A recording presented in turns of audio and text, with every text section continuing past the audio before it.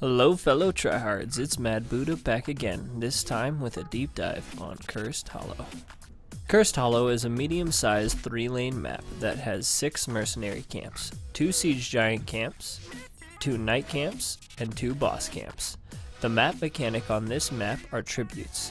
When a team collects 3 tributes, they curse the enemy team, not allowing their structures to fire and also causing all of their minions to have 1 HP.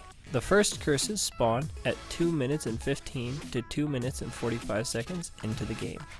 It's random, and all spawn timers are random after the first one is capped. There cannot be more than 1 tribute on the map at the same time. Now let's talk some basic strategy for Cursed Hollow.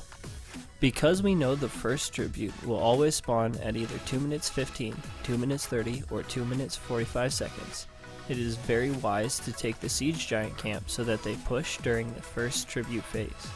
It's RNG where the tribute spawns for the first 2 spawns, so you can't be assured that your siege giants are going to be more effective than the enemy team, but it's 50-50, so it's worth taking. You always want to have camp pressure going during the map objective spawns where possible, but because it is randomly generated, it is impossible to tell when the next one is coming. As such, if your camps are not going during the map mechanic itself, try using them to create pressure to get early towers down from the enemy team. Cursed Hollow is really all about the curses, which means there's going to be a lot of fighting at every curse point. Because each curse point has such vastly different terrain, let's go over each point and how to play around the terrain. Let's start with the top leftmost point. There's one bush up here that is close to the left side team.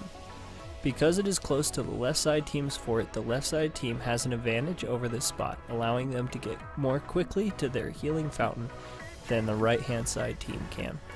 This bush also gives them a vision control and lane pressure control, making it essentially very hard to stop them from soaking the top lane and pressuring the tribute at the same time, giving the left side team the advantage in this area. Let's move over to the top middle curse spawn. Here in this spawn, it's much more even for both sides. Both sides have quick access to healing fountains, and both sides have the same bush control.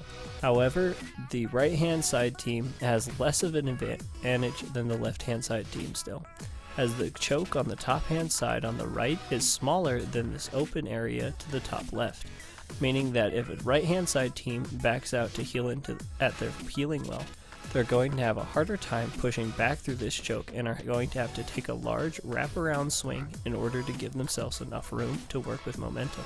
The same is true for the bottom side of this point, where the right hand side team once again has a smaller choke to work with than the left hand side team. Because the left hand side team will almost always come from the left hand side itself or from above and never below, the right hand side team is always at a disadvantage trying to push onto this point. Next, let's move over to the top right-hand most curse spawn. This spawn is very right-hand side favored, given to the fact that it is very easy for them to get into this point safely by coming from behind their middle and top forts.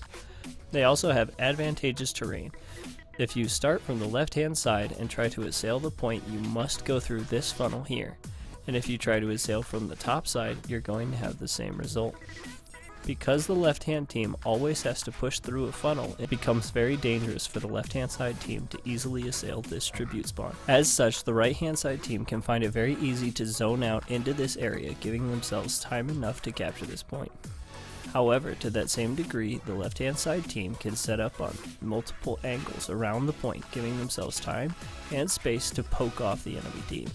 The bottom 3 points are simply mirrors of the top 3 points, so everything we have discussed works in the opposite direction for the other teams. That being said, this video has been brought to you by Nihilism Gaming. Check them out at nihilismgaming.com, where they offer Heroes of the Storm coaching lessons.